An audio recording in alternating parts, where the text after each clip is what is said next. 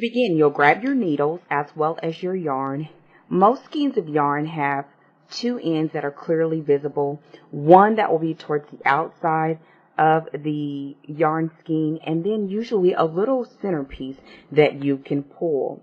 If you don't see the little centerpiece that you can pull, usually if your label is right side facing up, you will pull your yarn from the right side. You could even pull out your center, and then eventually you'll have your yarn which will come out for you to use.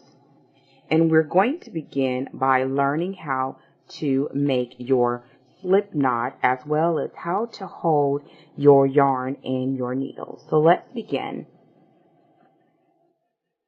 I'm going to get the end of the yarn, making sure not to get too tangled here, and I'll just sit it off to the side.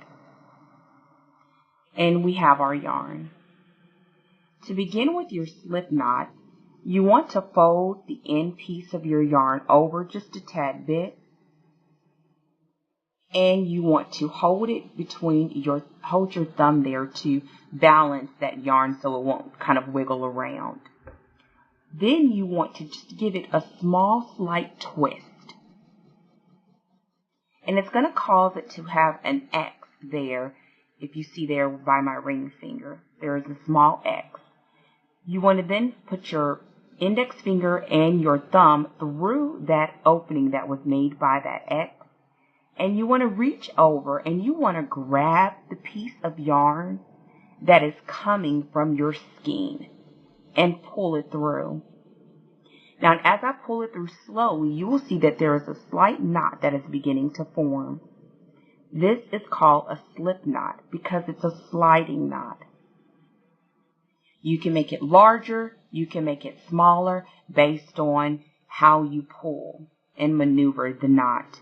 And this is what we need to begin to add our yarn to our hook. It will be placed inside that opening, and you will slightly pull it close to the needle so that it will be almost touching it, but you don't want it too tight.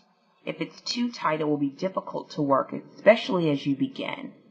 So we'll pull it just a tad bit closer, and I hope you can see that there, that slight opening there. And then we're ready to begin.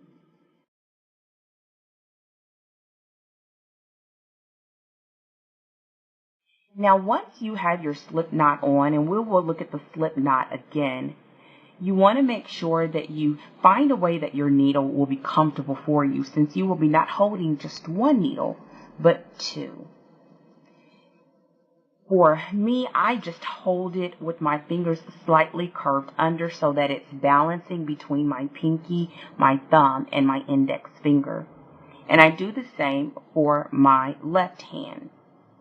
And I would really suggest you just trying different grips until you find something that is comfortable for you, because once we introduce using the yarn, you somewhat have three moving parts all at once. And for new beginners, that makes knitting somewhat difficult, but your fingers have really great memory, and so once you get started, your fingers will know what to do as long as you continue to practice.